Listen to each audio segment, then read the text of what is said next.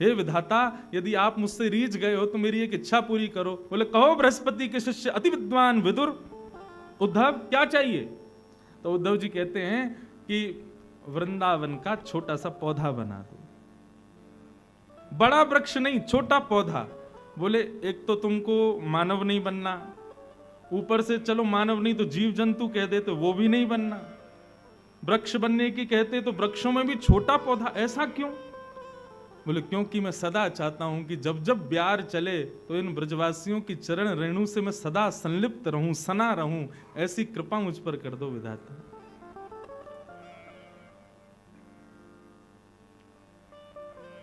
एक भोरी सखी जी का पद है,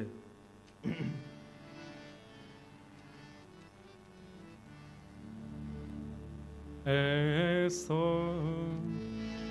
दुख दीजो हिय माही, ऐसो दुख दीजो हिय माही। संसार के लोग सुख संपत्ति घर आवे, कष्ट मेटे तन का, ओम जय जगदीश हरे। परंतु श्री किशोरी जी की सहचरियां, ऐसो दुख दीजो हिय माही, ऐसो दुख दीजो हिय माही। श्रीमद् भागवत में किसने दुख की कामना की पता है आपको? श्रीमद् भागवत की सबसे पहली स्तुति है कुंती जी की स्तुति, भगवान की बुआ। महाभारत के 3 पात्र मुझे बड़े प्रिय लगते हैं, कुंती, कर्ण और कृष्ण। तीनों के नाम राशि एक ही है, का से नाम शुरू हैं तीनों। कुंती जी की सबसे पहली स्तुति है भागवत में, प्रथम स्कंद में ही। तो मैं तो अपनी कथा में ऐसे प्रारंभ करता हूं कि भाई भागवत में 12 स्कंद हैं, तो एक प्रकार से 12 स्कंद रूपी भागवत रूपी ये बिल्डिंग कुंती जी की स्तुति की नींव पर खड़ी है। और कुंती जी की स्तुति में कुंती जी क्या कहती हैं? भगवान द्वारिका, अब ये सब भाव जरूरी हैं भैया, इसलिए श्री जी श्री जी श्री जी सुनोगे तो ज्यादा मिठास रह जाएगी, तो शुगर रह जाएगी भैया। नकद पापड़ भी खाओ, नकद अचार भी चखो। अच्छा एक बात कहूं, हमारी भागवत जी पापड़ अचार नहीं है वो तो उनके आगे तो अमृत भी फीको लगे। मैं सत्य बता रहा हूं, ये सब रस चर्चाएं कहने का मेरी सामर्थ्य है ही नहीं, मैं कह ही नहीं सकता। आप मुझे साल भर में नागपुर के अलावा इन सब चर्चाओं में कभी देखोगे भी नहीं। मैं सीधी सीधी कथा कहते हैं, परंतु लगता है कि उस पूरी कथा का ही बल ये सब चर्चा कहवाता है। श्रीमद् भागवत साधारण नहीं है बंधु, भागवत का आश्रय लेके देखो तब पता चलेगा। तो श्रीमद् भागवत में कुंती जी कहती हैं कि विपदो सन्तु नः सस्वत् तत्र तत्र जगद् गुरो भवतो यद्दर्शनं यत्स्यात् अपने भव दर्शनम्। भगवान द्वारिका जा रहे थे, सबने अपने मन की बातें कही। ठाकुर जी जैसी द्वारिका निकलने लगे, महाभारत युद्ध पूर्ण हो गया था, जीत गए थे पांडव। तब पांडवों की मां कुंती रथ को रोक लेती है और ठाकुर जी से कहती है मुझे आपसे कुछ बात करनी है। ठाकुर जी बोले बुआ आज्ञा करो। तो सब बातें कहती हैं, बहुत सुंदर स्तुति है। अंत में कुंती कहती है मैं जान गई हूं कि आप भगवान हो और भगवान से कुछ मांगना चाहिए, भगवान तो इच्छा पूर्ण करते हैं। द्वारिकाधीश बोले मांगो बुआ क्या चाहिए? बोले पहले वचन दो, जो मांगूंगी सो दोगे। ठाकुर जी बोले वचन की क्या? नहीं नहीं वचन दो, तुम वचन के पक्के नहीं हो इसलिए वचन दो। ठाकुर जी ने कहा वचन देता हूं, जो मांगोगी सो दूंगा।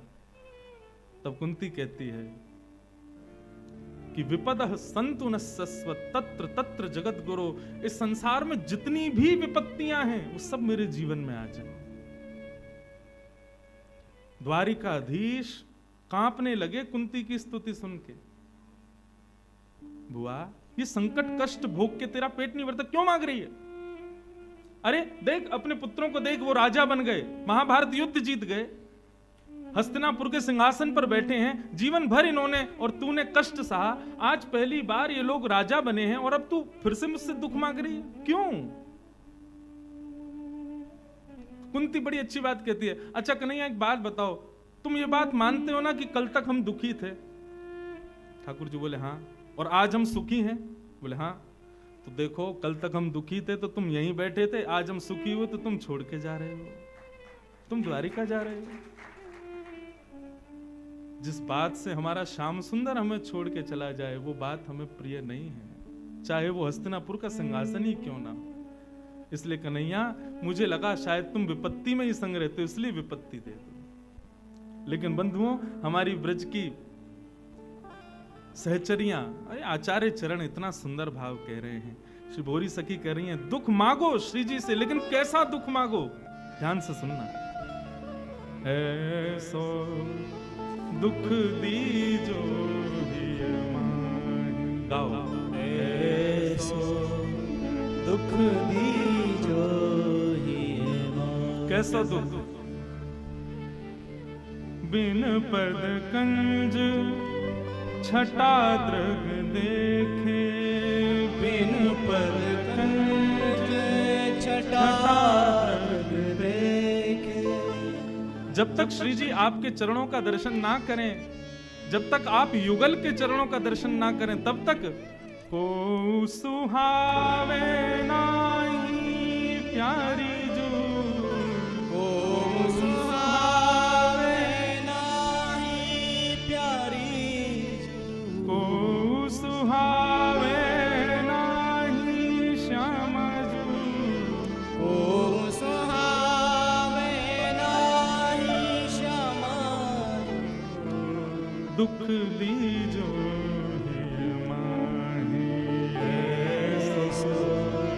दुख दीजो हिय माहि। जब तक आपके युगल चरणों का दर्शन ना करें, श्री बांके बिहारी बिहारिणी जी के दर्शन ना हो, तब तक कोई सुहावे नहीं। ये स्थिति एक प्रकार से भोरी सखी जी ने यहां पर वैष्णवों की स्थिति भी बताई है। अब देखो, आप सब लोग अपने हैं, आप सबके मध्य में कह सकता हूं, हमारी स्थिति समदन जी कैसी है? ये हमारी समदन है, हंस क्यों रहे हो? हमारे लाला की सासू माँ है रोज इतरा के आवे लाला, अपनी सास को दिखावे। देखो, हमारे घर की, अपने घर की स्थिति बताऊं। अब ब्याह शादियां होती हैं घर में, परिवार में, रिश्तेदारों में, नातेदारों में, सब लोग जाते हैं, दुल्हा दुल्हन की बलैयां लेते हैं। अरे राम सिया सी जोड़ी है, अरे देखो तो कैसे सुंदर लग रहे हैं, भैया कोई की नजर ना लगे। लेकिन हमसे सच पूछो, हमको कोई नहीं सुहाता। दुल्हा दुल्हन चाहे कितने बढ़िया लग रहे हो, परिवार के ही क्यों ना हो, हमको नहीं बढ़िया लगते। अरे अपनी श्यामा जी के आगे, ठाकुर जी के आगे कोई सुहावे? जिनको वो सुहा रहे हैं उनको समझो बिहारी जी नहीं सुहाएंगे, जिनको बिहारी जी सुहा गए उनको कोई नहीं सुहाएगा।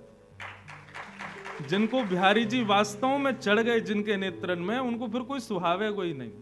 को सुहावे नाही श्यामा जू, को सुहावे नाही श्याम, ऐसो दुख दीजो हिय माहि, ऐसो दुख दीजो हिय माहि। और क्या कह रहे हैं? काहू सो मिलवो न सुहावे, काहू सो मिलवो न सुहावे, बातन सो घबराही, बातन सो घबराही। बस्ती छोड़ एकांत बिठावे, बस्ती छोड़ एकांत बिठावे, जग सब शून्य दिखाही, जग सब शून्य दिखाई। ऐसो दुख दीजो हिय माहि, ऐसो दुख दीजो और अंतिम पंक्ति में तो क्या कह रहे हैं? भोरी ऐसे दुख बिन प्यारी, भोरी ऐसे दुख बिन प्यारी, जीवन व्यर्थ जन्म ही, जीवन व्यर्थ जन्म ही, हाँ जीवन जन्म वृथा ही, जीवन जन्म वृथा ही, ऐसो दुख दीजो ऐसो दुख दीजो हिये माही। अब इस पद के दो भाव समझ आते हैं। ऐसो दुख दी जो हिय माही, कैसो दुख? बोले बिन पदकंज छटा बिन देखे कोई सुहावे नहीं। आपको देखे बगैर कोई सुहावे नहीं। अब ये दुख थोड़ी है, ये दुख किन के लिए है? संसार के लोगों के लिए ये दुख है कि भैया ये देखो है तो हमारा, लेकिन हमसे या कोई प्रेमी नहीं है, या कोई तो श्यामा जी चाहिए, या कोई तो ठाकुर जी चाहिए। हम अपनी कथा में भी खूब कहते हैं, और भैया ये बात बिल्कुल सत्य है। भक्ति का पथ दूर से देखने में बहुत बढ़िया लगता है, चलोगे तो पता चलेगा बहुत कठिन है। क्यों? सब छूट जाएगा। और यदि सब है साथ में और आप कहते हो कि आप भक्त, तो फिर आप भूल जाओ आप भक्त नहीं हो। एक बार भक्ति भाव हृदय में आया तो जो जो साधन है धीरे धीरे छूटने लगेंगे। यदि वो ज्ञान की भी पराकाष्ठा है तो एक दिन वो ज्ञान भी नष्ट हो जाएगा। उद्धव जी प्रमाण है, और आजकल के भी कई वैष्णव उसके प्रमाण हैं। अत्यंत ज्ञानी हैं, परंतु भक्ति भाव हृदय में आते ही बिल्कुल शून्य हो गए। नहीं पता चल रहा कि हम कैसे ज्ञानी। सब छूट जाएगा यदि किशोरी जी की कृपा हो गई तो। इसलिए भैया जिनको सुनने तक सीमित रहना है वो सुनने तक ही रहना है। यदि वास्तव में इन सब भावों को हृदय में धारण करने का प्रयास करोगे तो फिर तैयार रहना, सब छूट जाएगा, कुछ नहीं बचेगा, सब छूटेगा।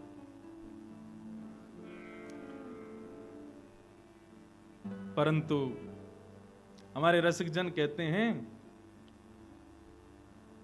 ब्रज यदि मिल जाए, ब्रजवास यदि मिल जाए, तो किशोरी जी की ब्रजवासियों पर एक पॉइंट ज्यादा थोड़ी सी कृपा रहती है कि ब्रजवासियों का कुछ छूटता भी नहीं है और भजन बना रहता है। बाहर के लोगों को ज्यादा छूट है। हाँ, ये बात हम सत्य कह रहे हैं।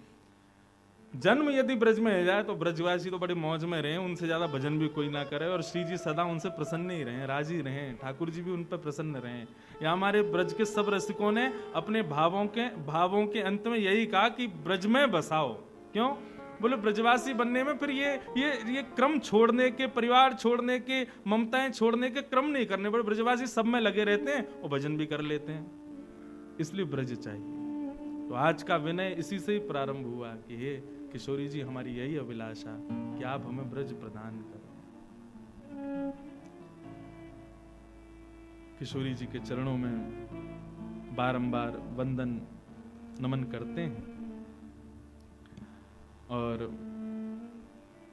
अब कुछ लीलाओं की तरफ चलते हैं।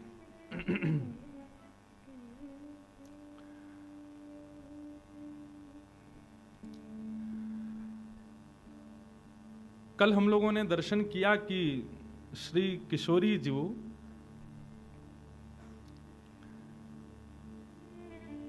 ठाकुर जी के रूप में आई और ठाकुर जी किशोरी जी के रूप में पधारे और राजदान लीला हुई। कल कौन सी लीला सुनी थी?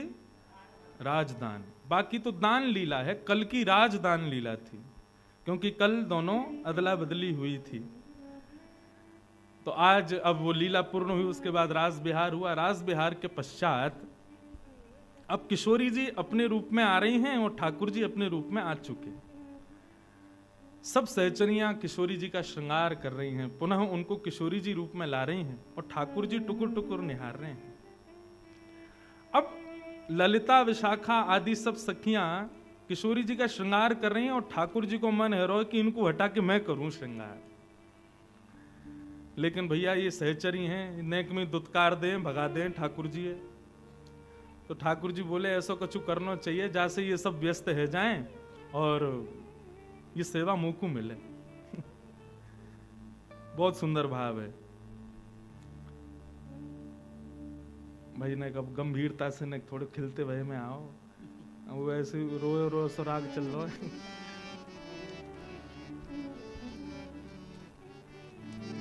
हाँ बस बढ़िया।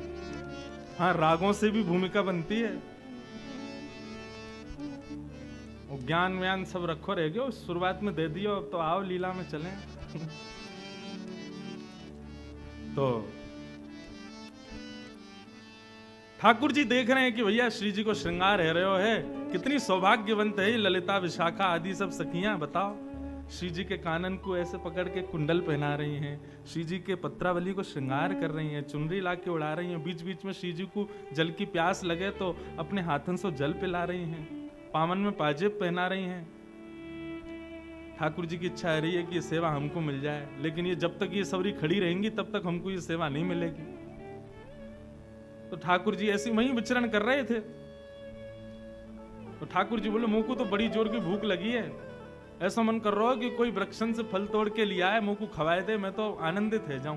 तो सहचरियां भले ही ठाकुर जी से उठी उठी रहती हैं, थोड़ी न तेज आवाज में ही रहे, लेकिन वो एक पंक्ति है, हम श्री राधे जू के बल अभिमानी, टेढ़े रहत मोहन रसियासों बोलत अटपटी वाणी।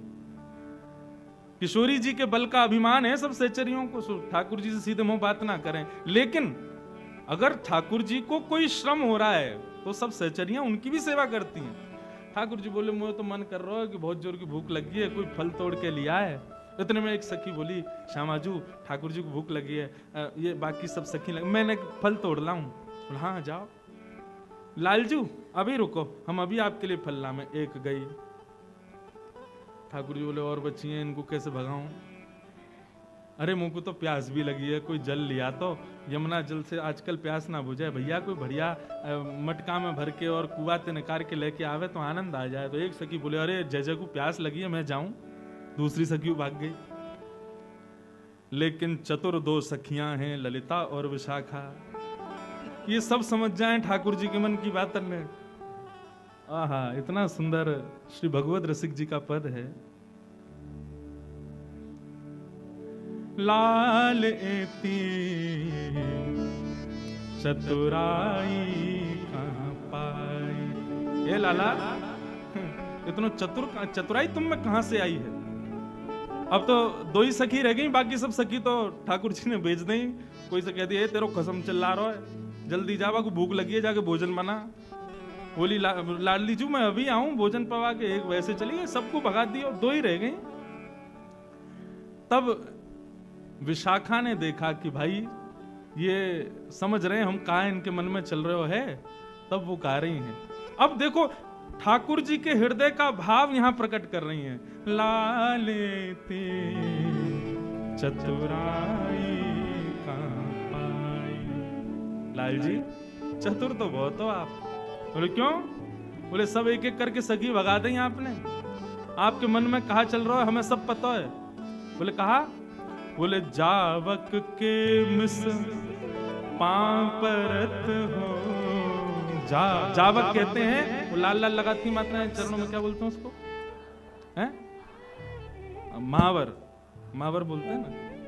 तो सखियां तो सब श्रृंगार कर रही हैं किशोरी जी को, लेकिन ठाकुर जी बीच बीच में कहा करें जावक चिन्ह लिया में, जावक लिया में, और बीच में कहें आप सब ऊपर को करो, मैंने चरणन में एक जावक लगा दूं।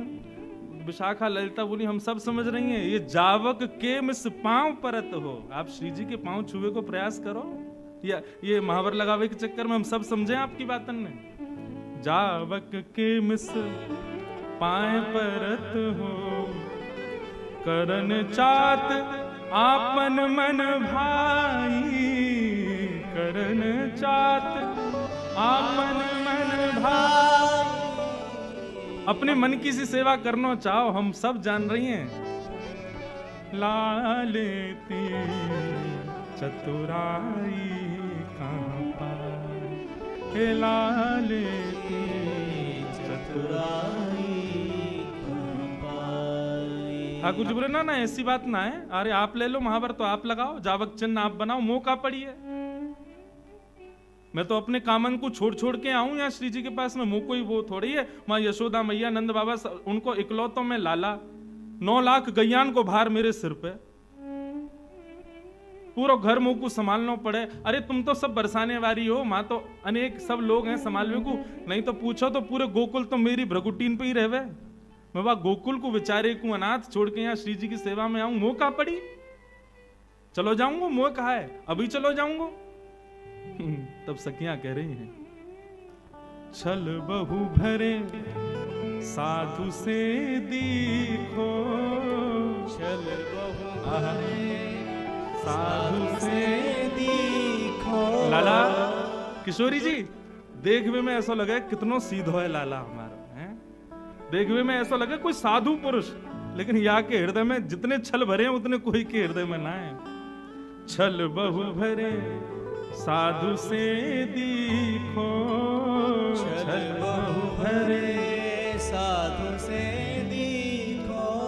यही कि मिस आपने कहा कियो, सखियन बतावत सेवकाई लालन, सखी बतावत सेवकाई। और यही छल के कारण आपने सबरी सखी यहाँ से भेज दी, मुँह को फल लेके आओ, मुँह को जल लेके आओ, तेरो खसम चिल्ला रहा हो, तेरो बालक रो रहा है, सब भेज देंगे आते। ठाकुर जी बोले पोल पट्टी खुल ही गई है, सब इन्हें पता चल ही गया कि हम श्री जी के संग एकांत में उनको श्रृंगार करवे को भाव रख रहे हैं। वो लाला यहाँ पे अब गुमान करवे तो काम नहीं चलेगा, झुक जा। विशाखा अब तो तू समझ ही गई है मन की बात, तो फिर पूर्ण कर ही दे, हमारे काम को पूर्ण करवा ही दे, श्री जी को श्रृंगार को अधिकार हमें ही दे दे। भगवत पाई परो ललिता के, भगवत पाई परो ललिता के। राज करो चिर सुखदाई, राज करो चिर सुखदाई। लाला यदि आप हमारी श्री जी के भाव साम्राज्य में राज करना चाहो तो जाओ ललिता के पांव परो, ललिता के चरण में शीश झुका के प्रणाम करो, ललिता आज्ञा देगी तब आपको श्री जी मिलेंगी। और उस श्री जी की सेवा पावे के लिए हमारे श्याम सुंदर ललिता के चरण में प्रणाम कर रहे हैं, सिर रख कर के दंडवत कर रहे हैं, ताकि ललिता अधिकार दे श्री जी की सेवा को। हमारे लाल जी को सबसे प्रिय है श्री जी की सेवा, लेकिन श्री जी की सेवा तब तक नहीं मिलेगी जब तक सहचरी कृपा नहीं करें। आज के भाव में ये सहचरियां कौन है बंधुओं? हमारे ब्रज में श्री राधा नाम उच्चारण करने वालों साधारण ब्रजवासी भी है ना, तो ये समझो ये सहचरी है, यही अधिकार देगो किशोरी जी को, या के बगैर वो अधिकार नहीं मिल सके। इसलिए हमारे ब्रजवासी और ब्रज के संतों को खूब प्रणाम करो, क्योंकि किशोरी जी और ठाकुर जी की सेवा को अधिकार वे ही प्रदान करेंगे।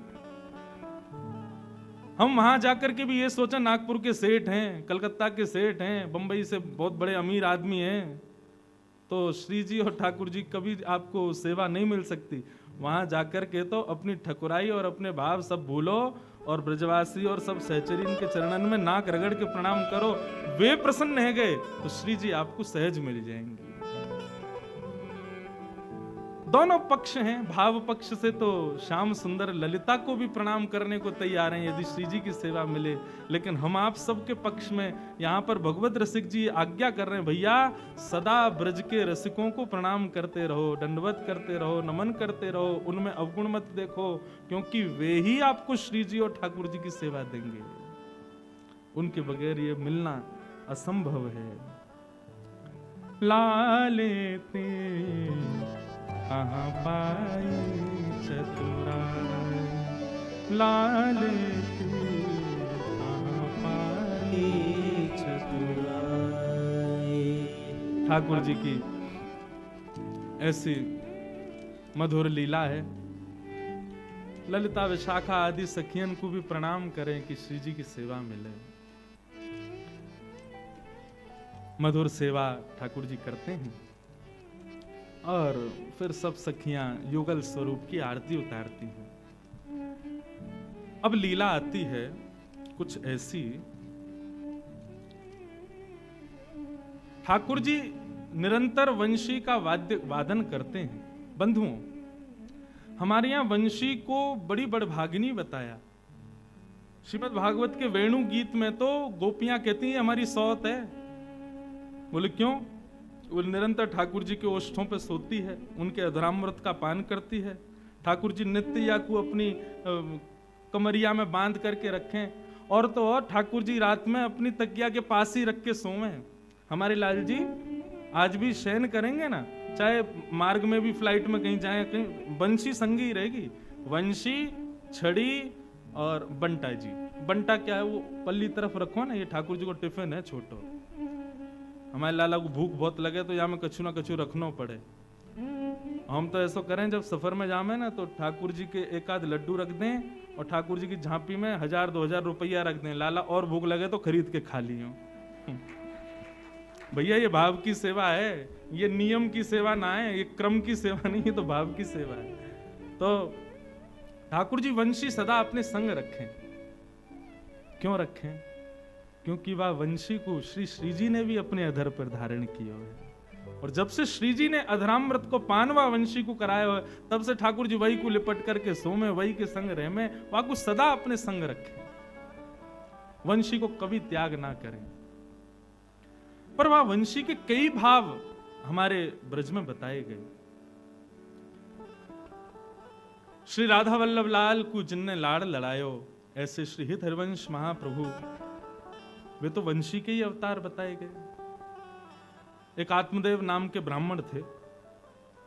उन्होंने महादेव की बड़ी याचना की। महादेव प्रसन्न हो गए। प्रसन्न होकर बोले, मांगो, क्या वरदान चाहिए? बोले, अपने हृदय की सबसे बहुमूल्य वस्तु मुझे दे दो। महादेव चरणों में बैठ गए। बोले, भैया कछु मांग ले। तू कहे तो कैलाश तेरे नाम कर दें, तू कहे तो गणपति को तेरे घर भेज दें, तू कहे तो कार्तिकेय को तुम्हारी सेवा में लगा दें, तुम कहो तो पार्वती जी को भी सेवा में भेज देंगे, लेकिन हमारे हृदय की बहुमूल्य वस्तु मत मांगो। अब ब्राह्मण को लगा कोई बहुत ही महंगा कोई रत्न होगा, कोई ऐसी मणि होगी जिससे मेरा पूरा जीवन बिना कुछ बिना कुछ किए ही ऐसे ही निकल जाएगा। वो तो हट करने लगा, नहीं अब तो आपके हृदय की बहुमूल्य वस्तु ही चाहिए मुझे। तब देवादिदेव महादेव अपने हृदय के ठाकुर श्री राधा वल्लभ जी को लेकर प्रकट हो गए और उस आत्मदेव ब्राह्मण को प्रदान किया। यहां आप लोगों ने तो बजाई ताली, लेकिन राधा वल्लभ जी तो बेचारे बड़े परेशान है गए। क्यों? वाने हृदय की सबसे बहुमूल्य वस्तु मांगी और वो ठाकुर जी थे।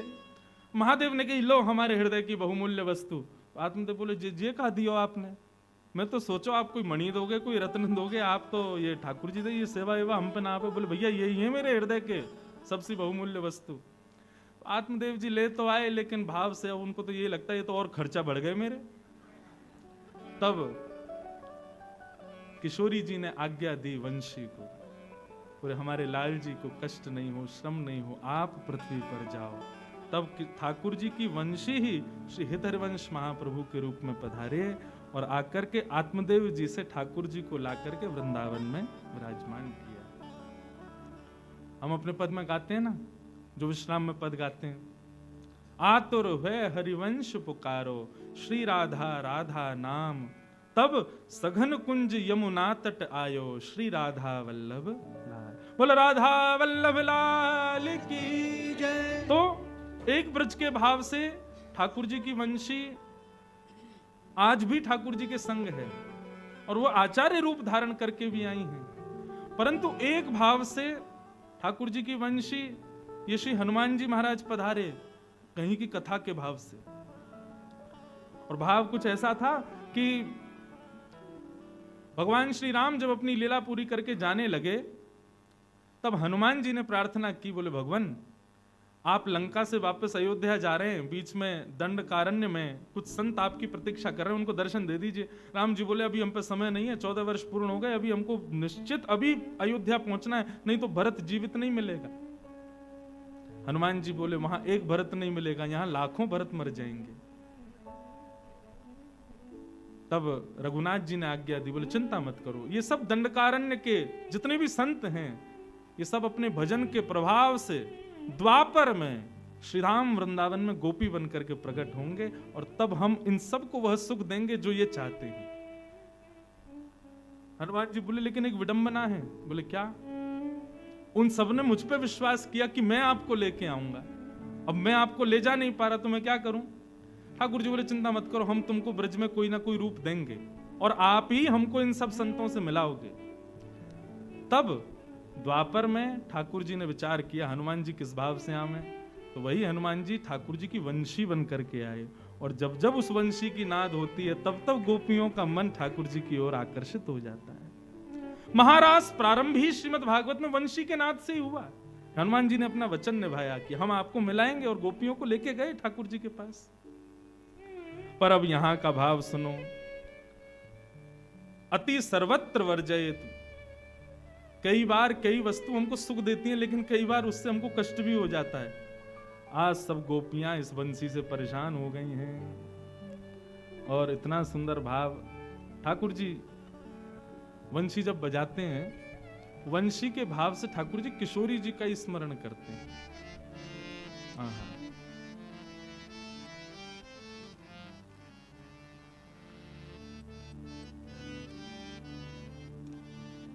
ठाकुर जी वेणुनाद जब जब करते हैं इसका मतलब उस समय किशोरी जी को अत्यंत स्मरण कर रहे हैं और हमारे ब्रज में गाते हैं उस भाव को।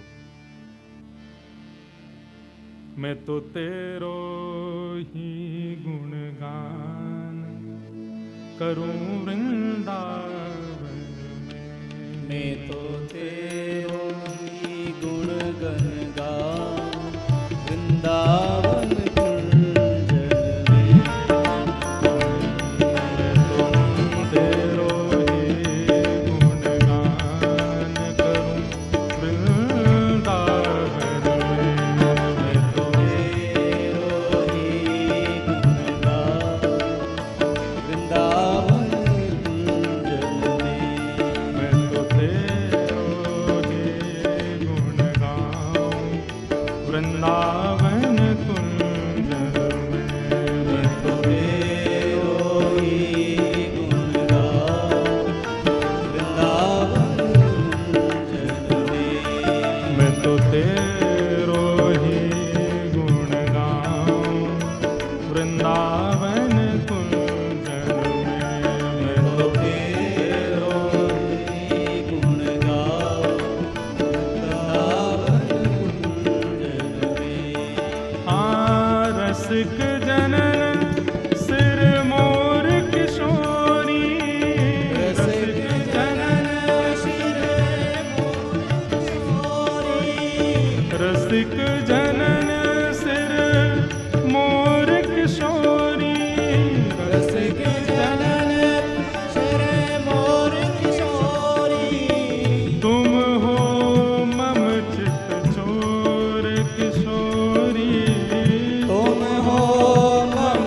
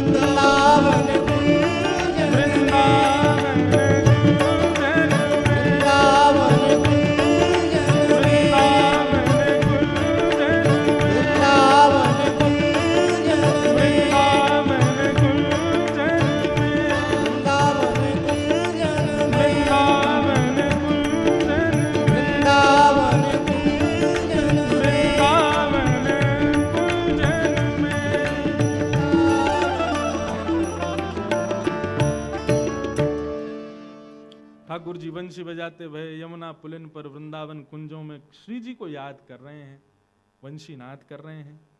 परंतु ठाकुर जी की वह वंशी को सुनकर के पल्ली पार सब गोपियां, अब देखो यहां पर वेणु गीत का यही स्वरूप है।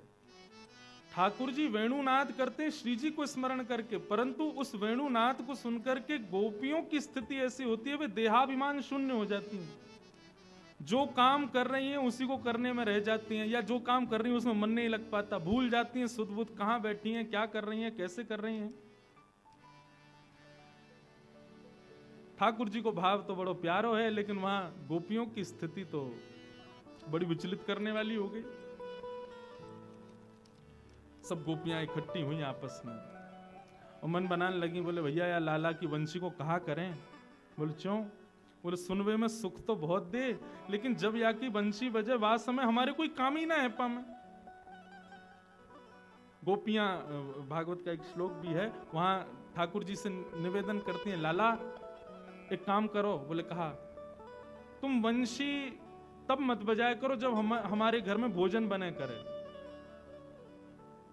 ठाकुर जी बोले क्यों? बोले आपकी वंशी को नाद सुन के हम चैतन्य तो पिघली जामे, लेकिन हमारे जड़ जो लकड़ी जल रही है वहां में भी पानी प्रकट है जाए, वो जल ही नहीं पावे, भोजन बने ही नहीं पावे। ठाकुर जी बोले अब या को कहा निधान करें, हमें कैसे पता चले तुम्हारे घर में कब भोजन बनना है। अब पता चली दोपहर में तेरी सास से भूख लगी आई, तू बनाने लगी और वही समय हम वंशी। अब या को मतलब तो ये पूरे दिन की प्रतिबंधी कर दो हम पे कि हम वंशी नहीं बजाएं। आज सब गोपियां मन में विचार करने लगी, बोले देखो सुख अपनी जगह भैया, लोक लाज भी तो देखनी है, परिवार भी तो देखना है, और या कन्हैया के चक्कर में तो हमारा सब बर्बाद है जाएगा। एक गोपी बोली कल मैं तो खिचड़ी बना रही, वही समय यानी वंशी की ऐसी तान छेड़ी कि नमक की जगह शक्कर डाल दी खिचड़ी में। सब गोपियां अपनी अपनी स्थिति कहने लगी, मन में विचार करने लगी कहा करें कहा करें। तो सब गोपी ने मन बनाया, बोले एक काम करो लाला की वंशी चुराए लो। लाला की वंशी चुरा लेंगे तो बजा ही नहीं पावेगो, बजा नहीं पावेगो तो फिर हमारे काम धंधे हुए जाए करेंगे। और तो सुनो वहां में एक फायदा और रहेगा, जब सुनवे को मन करे ना तब दे दे करेंगे ले लाला, और फिर आगे बाद जब हमें काम करने होंगे फिर कोई गोपी भेज के फिर चुरा लेंगे।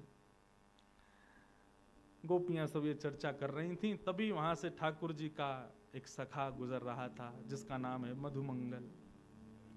तो मधुमंगल तो ठाकुर जी की सीआईडी फोर्स है, वहां को काम ही यही है कि कहां क्या योजना बन रही है वो योजनाएं सुनना और जाके ठाकुर जी को बताना। अच्छा मधुमंगल जो ठाकुर जी से बहुत बड़ा है उम्र में, लेकिन ठाकुर जी के संग ऐसे रहता जैसे संग कोई बालक है का। तो मधुमंगल एक वृक्ष के पीछे खड़े होकर सुनना था, सब गोपियां कह रही हैं कि लाला की वंशी चुराओ। मधुमंगल बोलो सुन लई मैंने, सबरी बात सुन लई। गोपी बोली अरे ये कहा भयो याने कहां ते सुन लई? अरे काणे कहां ते आगो तू? बोले अरे हम तो अंतर्यामी के संग रहे हैं, तो हम अंतर्यामी है, जब चाहे जहां चाहे वहां पहुंच जामे, और जा से हमारे लाला को खतरा वास है तो हमको बहुत ज्यादा ध्यान रखना पड़े। तुम सब गोपी कब कहा कैसे कहा कर दो या हमारे मुंह को बड़ो ध्यान रखना पड़े।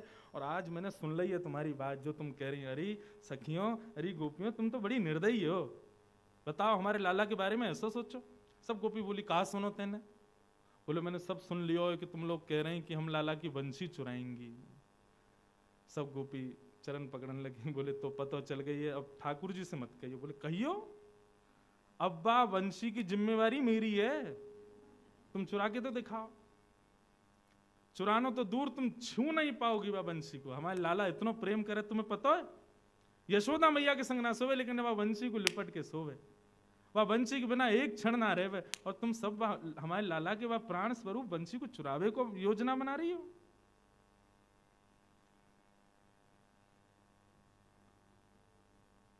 मैं रक्षा करूंगा, ना चुरा पाओगी वंशी।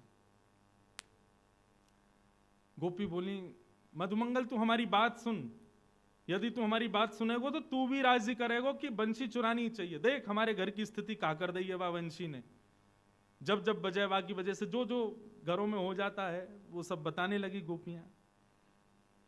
मधुमंगल बोले मेरे पास एक उपाय है, वंशी भी ना चोरी करनी पड़ेगी और तुम्हारे काम भी आ जाएंगे। गोपी बोली कहा करनो बता दे भैया, तेरे पाम पूछे जल्दी बता। बोले एक रुई को फुआ लाओ। गोपी बोली अच्छा फिर? बाकी 2 भाग करो। बोले अच्छा फिर? बोले कानन में ठूस के 24 घंटा रहो, वंशी की ध्वनि जावेगी ना, तुम्हारे काम भी आ जाएंगे, लाला की वंशी बच जाएगी। अरे मधुमंगल कैसी बात करे, पूरे दिन कानन में रुई घुमा के घूमेंगे, डाल के घूमेंगे, कहा कहेंगे ब्रज के लोग, सब हंसी उड़ामेंगे। अरे या तो काम ना चलेगा, एक ही उपाय है, अब तो वंशी चुरानी ही पड़ेगी। मधुमंगल बोलो एक उपाय और है। गोपी बोली बता दे भैया, दूसरा उपाय बता। बोले एक लंबो कपड़ा लाओ। बोले अच्छा, वाकू मोहते लेके कान तक बांधो। बोले फिर? बोले फिर यमुना जी में कूद के मर जाओ, ना बचोगी तुम ना बचेगी ये बला। हाँ, कूद काट के खत्म करो। ऐसो मधुमंगल। गोपी बोली अरे हम कौन ते बात कर रही हैं। मधुमंगल बोलो भैया बंशी तो नहीं चुरा पाओगे, क्योंकि वह बंशी की जिम्मेवारी अब मैं ले लूंगा। मधुमंगल लौट के गए ठाकुर जी के पास। अरे लाला कहा कर रहे हो? बोले कछुना है भैया, बैठा हूं। बोले लाला एक गुप्त खबर तो को देनी है। ठाकुर जी बोले कहा भैया? बोले कि ये बरसाने की गोपी ने सबन ने योजना बनाई है तेरी बंशी चुरावे की। बोले अरे कहा बात करे? बोले और नहीं तो सांची बता। बोले सांची कह रहा हूं लाला, या बंशी चुरावे को दोल नहीं है सबरी, यूं कहें लाला बंशी बजावे हमारे घर में यूं है जाए त्यों है जाए, हमारे घर में तो कछु ना हुए, इन गोपीन के घर ही क्यों बिगड़े तेरी बंशी थे। ठाकुर जी बोले अब क्या करें? बोले अब कहा करें लाला, एक ही बात है, बंशी मुंह दे दे। मैं तू तो नेक्सो सो बालक है, तू कहां लड़ेगा इन गोपीन ते? मैंने थोड़ा बड़ा हूं, मुस्टंड हूं, एक लड़ लूंगा इन ला बंशी मुंह दे, या की रक्षा मैं करूंगा। ठाकुर जी बोले देख ले, प्राणन ते प्यारी है, दे तो रहूं तो। बोले तू चिंता मत करे, ला दे मुख। ठाकुर जी ने अपनी बंशी मधुमंगल को दे दी। अब मधुमंगल ने फेंट बांधी, फेंट में बंशी लगाई और गयो पेड़ के नीचे जाकर के बैठ गयो तपस्वी बन के। बोले कहा करेगा? बोले भजन करूंगो। लाला ने बता दे काय नाम को भजन करूं? बोले राम नाम को भजन कर भैया। बोले कहा बोलना? बोले हरे राम बोलियो। मधुमंगल पहुंच गयो, हरे राम पीले राम नीले राम भजन करन लगो ठाकुर जी को। ठाकुर जी को भजन कर रहा है, इतने में ही सब गोपियां वहां से निकल रही थीं। गोपी ने देखी महाराज तपस्वी बैठो है, और सबने देख ली फेंट में बंशी बंधी है ठाकुर जी की। सब गोपी ने घेर लियो मधुमंगल। अरे आज तो भजन कर रहे हो? बोले बिल्कुल परेशान मत करियो मुझको, नाम जप कर रहा हूं मैं, भजन कर रहा हूं। बोले अरे भजन में कब ते बैठे? सवेरे ते बैठे होंगे, थक गए होंगे, न हम आपको कछु खवाए दें पिवाए दें, न आपको भूख लगी होगी। सब गोपी ने अपने अपने माखन के मटका खोल खोल के सामने धर दिए। और माखन तो मतलब ठाकुर जी और ठाकुर जी सखा के आगे तो फिर कछु नहीं, मुंह में पानी आ गो। सब गोपी बोली आओ हम अपने हाथन से आपको पवाए दें। मधुमंगल तो आनंद दे, भूल गो वंशी की रक्षा करनी है, मुंह खोल के बैठ गो, लाओ पवाओ। सब गोपी अपने घर घर के मक्खन ले में वाके मुंह में दें। अब जैसे ही मक्खन मुंह में जाए, नेत्र बंद करके मधुमंगल खूब आनंद में माखन को ले रहा है। इतने में 2-3 गोपी पीछे गई, पीछे ते जाकर के फेंटते बंसी निकारी और पीट पाट के मधुमंगल को भाग गई, ले गई बंसी। अब मधुमंगल रोतो रोतो गयो ठाकुर जी के पास। बोले लाला मेरी बंसी सुरक्षित है? वो लाला अब तो मैं कहा बताऊं, मैं ही सुरक्षित आ गो, यही बहुत बड़ी बात है। अरे मुंह तो लगे ये सबरी गोपी भांग में लाला इन मक्खन में, ऐसो खवाया मैं तो बिल्कुल मूर्छा में आ गो, सबरी बंसी लेके भाग गया। अब तो जैसी पता चली बंसी चोरी है गई, ठाकुर जी तो अब इतने परेशान।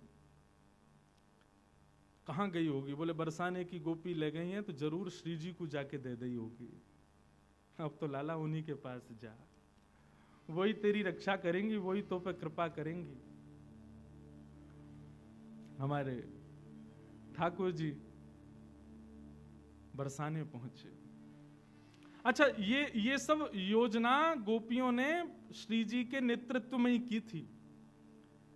पहले श्री जी को जाके बताई थी, बोले भैया जादनाते ही बंशी ठाकुर जी की भजन लगी है। बोले लगे तो बहुत अच्छा है, लेकिन हमारे घर बार तो सब बिगड़ रहे हैं बैठे।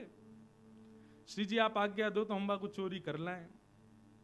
पहले तो श्री जी ने मना किया, लेकिन फिर ललिता विशाखा ने प्रलोभन दियो, बोले बंशी चोरी हो जाएगी तो वह बंशी को लेवे श्याम सुंदर आमेंगे। तो श्री जी को लगे अच्छा श्याम सुंदर यहाँ आमेंगे। बोले हाँ। अब तो दोनों ही एक दूसरे को देखवे के चकोर हैं। श्री जी ने भी आज्ञा दी कर लाओ चोरी। और महाराज सब गोपी चोरी करके वह वंशी को ले गई और ले जा करके रत्न जटित सिंहासन पर बैठी श्री जी उनको प्रदान कर दे। नेक देर में ही ठाकुर जी पधारे। मोह उतरो भयो है आंखन में मोटे मोटे बिंदु। श्री जी के चरणन में जाकर के निवेदन कर रहे हैं, हे श्यामाजू मेरी मुरलिया दे दो। अब इसी को इसका एक और विस्तार स्वरूप है इस लीला का, उसको राधा न्याय कहते हैं। श्री किशोरी जी से ठाकुर जी और गोपियां दोनों कटघरे में खड़े हो जाते हैं। किशोरी जी मुख्य बीच में बैठ करके न्याय करती हैं कि कौन सही है कौन गलत है। ठाकुर जी ने जाके कही कि मेरी वंशी मुंह को दे दो।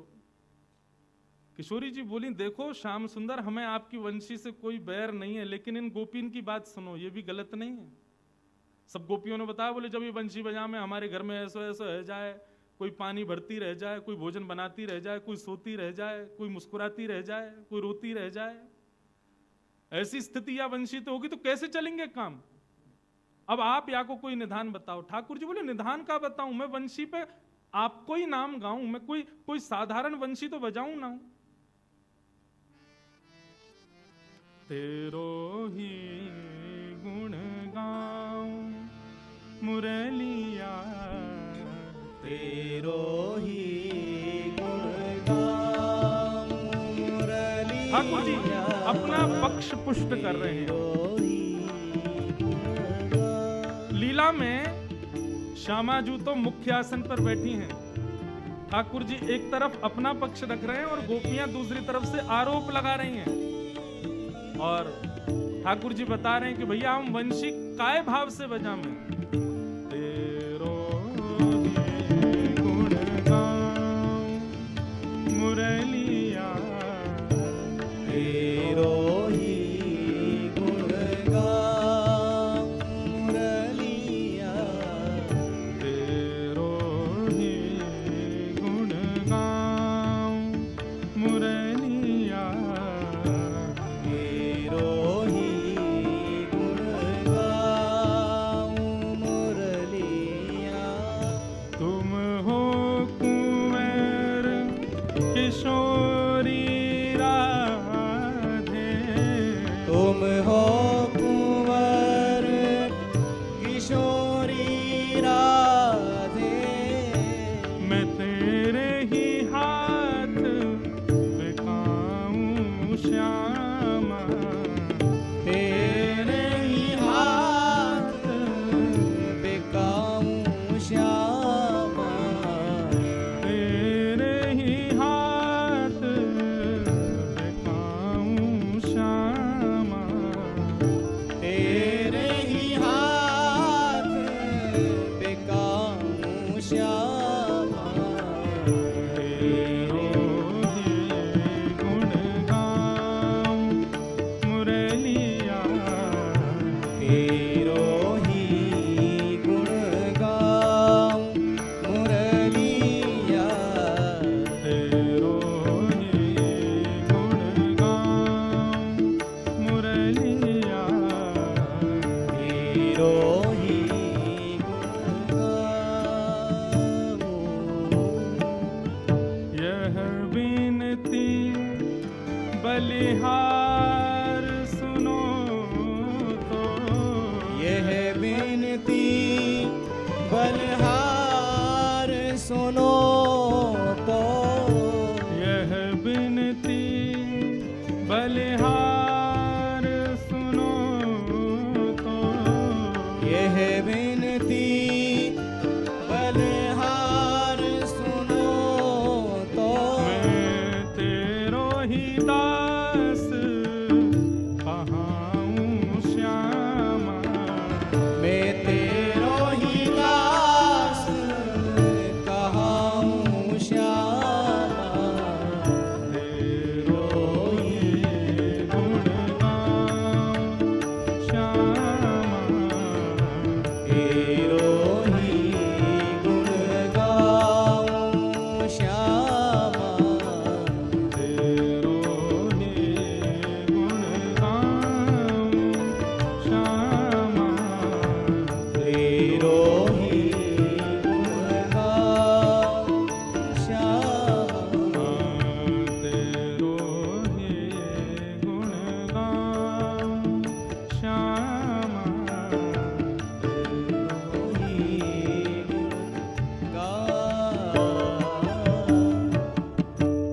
ठाकुर जी बिल्कुल भाव में आ गए, रोवे ही बारे ने का देर में हाथ जोड़ के कह रहे हैं, हे श्यामाजू, मैंने वंशी कोई के घर बिगाड़वे को थोड़ी बजाई है।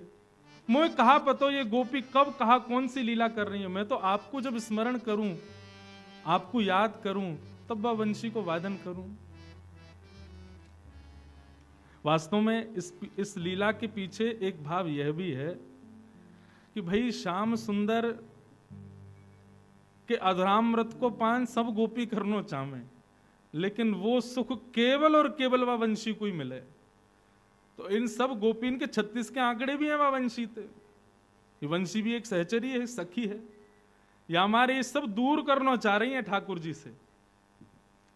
लेकिन आज ठाकुर जी अपना पक्ष कह रहे हैं कि हे श्यामाजू, हमने वह वंशी के द्वारा कोई के घर बिगाड़वे की इच्छा ना रखी, और तो और मैं अपने सुख के लिए भी नहीं बजाता कि मोए कोई राग रागिनीन को बजावे को बहुत सुख मिले, मुझको अच्छा लगे, ऐसा नहीं। मैं तो आपको जब स्मरण करूं तब बजाऊं। श्यामाजू, मैं तो आपको दास हूं, मैं तो आपको सेवक हूं। नागपुर वारी ने बड़ी हंसी आ रही है, लाला सेवक कह रहे हैं अपने आप हैं हमारी श्री जी के आगे। भाई बंसी लेनी है तो कछु तो करेंगे। वैसे तो हमारे ठाकुर जी सदा ही दास हैं, लेकिन प्रार्थना कर रहे हैं, श्यामाजू मेरी बात सुनो, मैं कहां गलत हूं। ठाकुर जी के नेत्रन में जैसी मोटे मोटे आंसू आए, इतने में श्री जी ने इशारा किया गोपिन से, बोले रहने दो, अब मान जाओ इनकी बात। तब एक गोपी किशोरी जी से ऐसो के, अच्छा ठीक है, अब दया करके इनकी वंशी इनको दे दो, दया करके। ये कोई इस न्याय में जीत गए हैं या इनका पक्ष मजबूत है, इस बात से नहीं, दया करके इनकी वंशी दो। और श्री जी वैसे एक बात कहूं, वह वंशी को हमें रखना भी नहीं चाहिए। बोले क्यों, क्यों नहीं रखना चाहिए? युवती मन घन चोरनी दे हो अगते डार, याहे मिले पट चोर सो चोर चोर की यार। बोले ये जो वंशी है ना, हमें कहीं से पता चलिए ये भी श्याम सुंदर ने चोरी करके अपनाई है,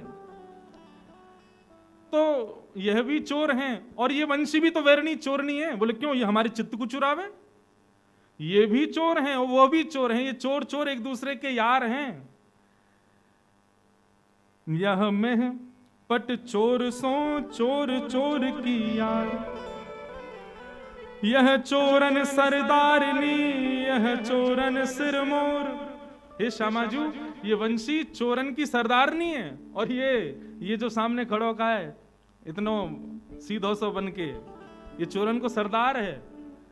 इन दोनों की जोड़ी बनी हुई है श्यामाजू। प्रेमानंद सराहनी बनी रहे यह चोर। हे श्यामाजू, हमने सुनी है जैसो रखो संग वैसो है जाए मन।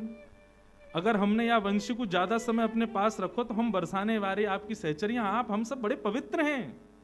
या चोर की या चोरी भई वंशी को, ये चोरनी को यदि हमने अपने पास रखो तो कहीं आके अवगुण हमें नहीं आ जाए, या हमारे दया करके या वंशी को इनको ही दे दो। या कुछ ज्यादा समय संग नहीं रखना चाहिए, नहीं तो कहा पता वाकई अवगुण हमारे भीतर आ गए तो।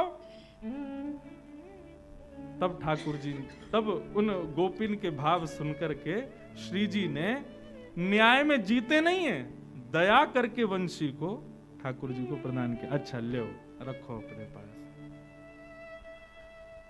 जैसे ही ठाकुर जी के हाथ में वंशी आई, ठाकुर जी के तो तेवर ही बदल गए, आंखन के ढंग बदल गए, चेहरे को रंग बदल गए। बोले ऐरी गोपी काके रही, ये चोर नहीं है, मैं चोर हूं, ले रुक अभी बताऊं। इतने में ही ठाकुर जी ने दर पर रखी वंशी और जैसे ही नाद किया, सबरी गोपी वहीं मूर्छित होकर गिर गई।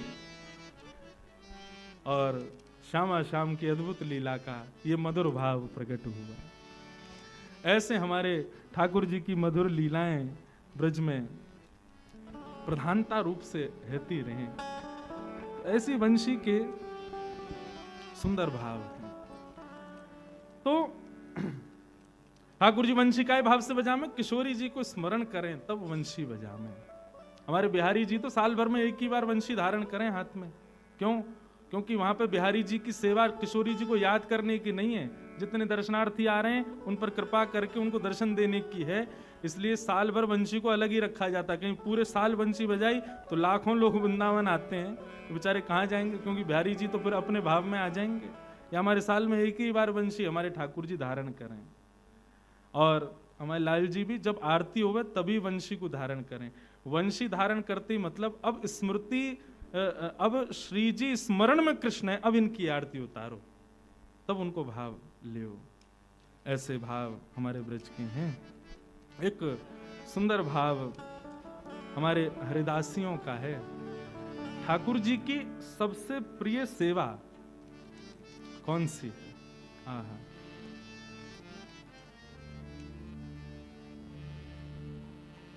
बहुत सुंदर भाव है। अभी तक हम लोग ये रोज कुंज निकुंज निभृत निकुंज की लीलाएं हम सुनते हैं, अब चलें निभृत निकुंज में। अभी निभृत निकुंज की जो स्थिति है ये सबके स्थिति में आने वाली नहीं है, लेकिन यदि आ जाए तो परम सुखकारी है। ठाकुर जी और श्यामा जू निरंतर गोलोक धाम में भी लीला करते हैं, सदा उनकी गोलोक में लीला होती है। तो ब्रज में हम आप सब पर कृपा करने के लिए उसी गोलोक धाम का सबसे सौंदर्य पूर्ण जो रूप है वृंदावन, उसको ठाकुर जी ने पृथ्वी पर प्रकट किया।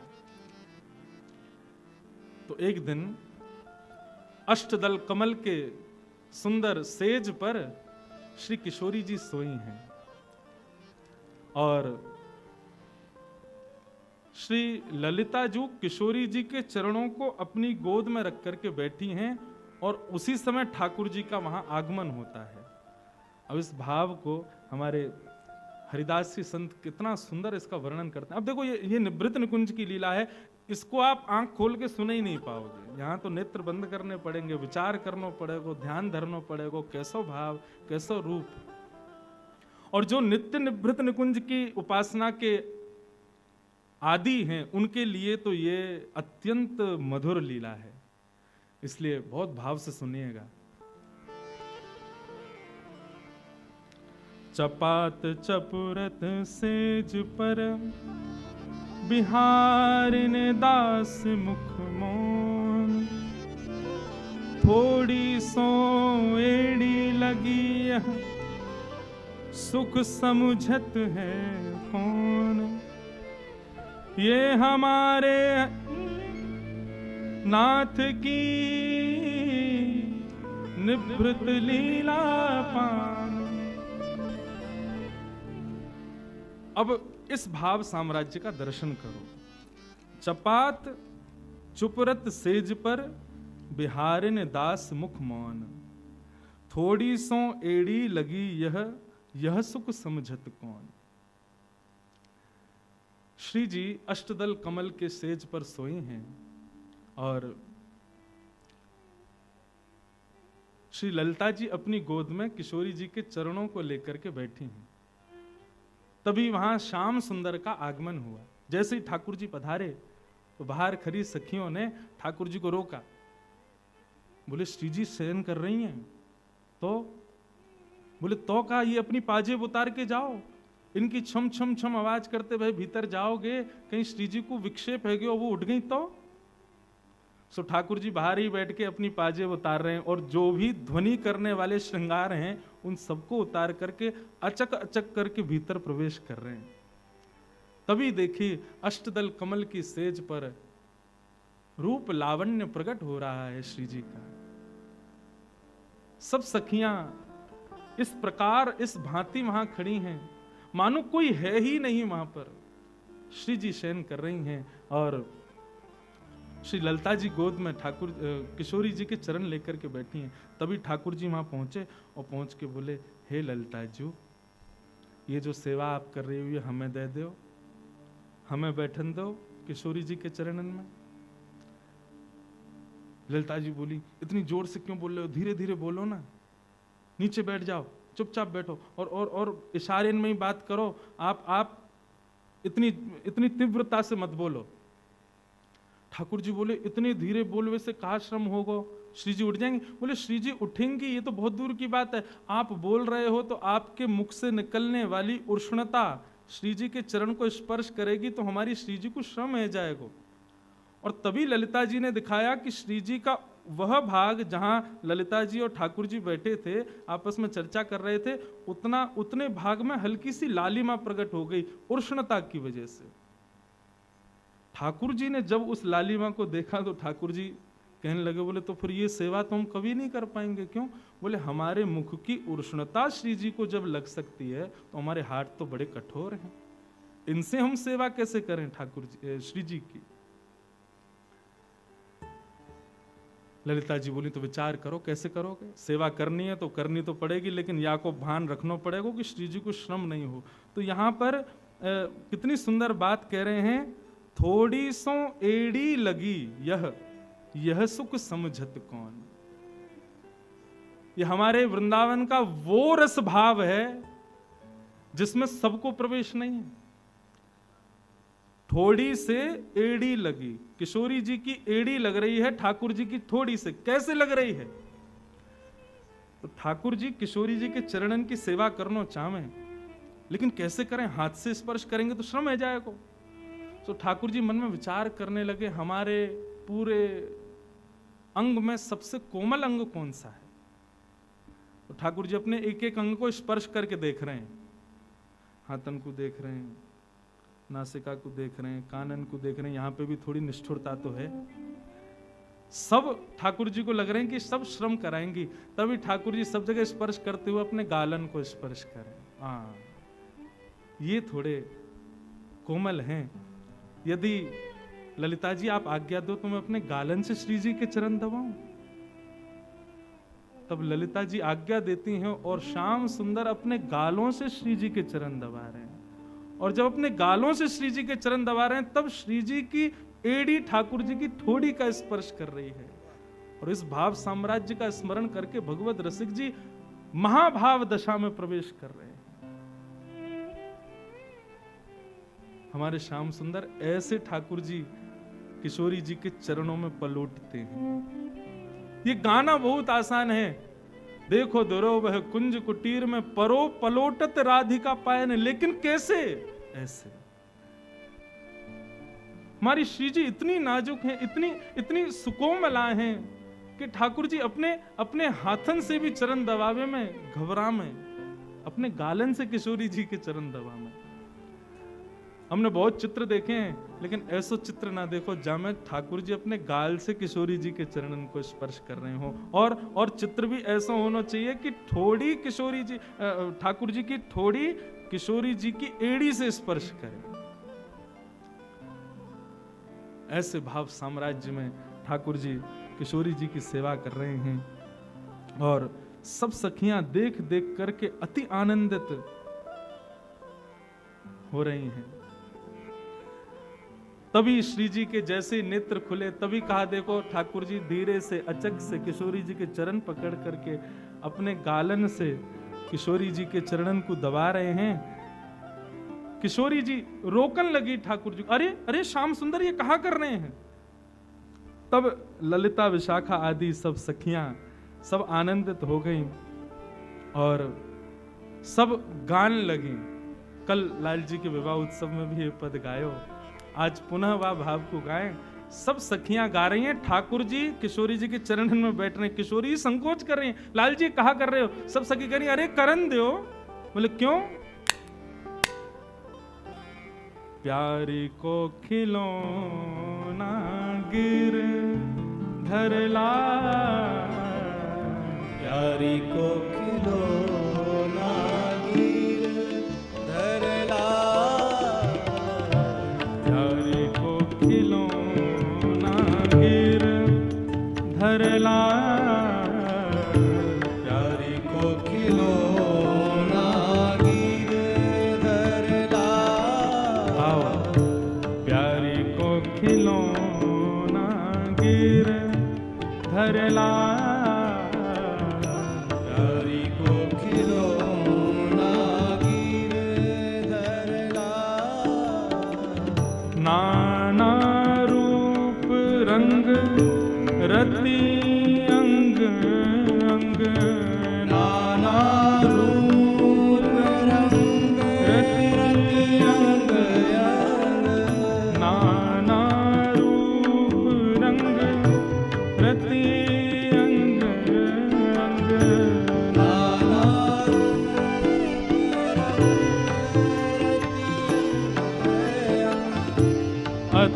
रस रसिक प्रीत सलोना, अति रस रसिक एक सलोना, प्यारी को खिलौना गिरधर लाल, प्यारी को खिलौना गिरधर, प्यारी को खिलौना गिरधर, प्यारी को खिलौना गिरधर।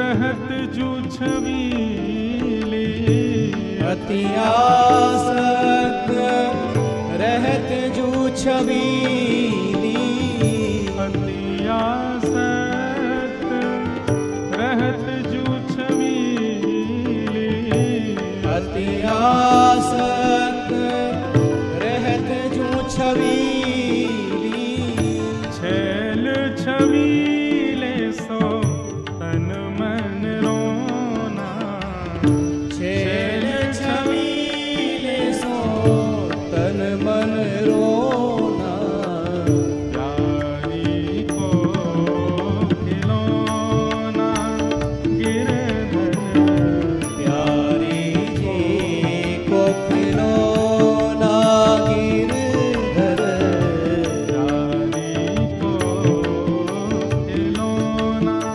गिरधर, प्यारी को खिलौना गिरधर, सरस लाडली लाल ख्याल को, सरस लाडली लाल ख्याल को, सरस लाडली लाल ख्याल को, सरस लाडली लाल ख्याल को, काहू परत पगोना,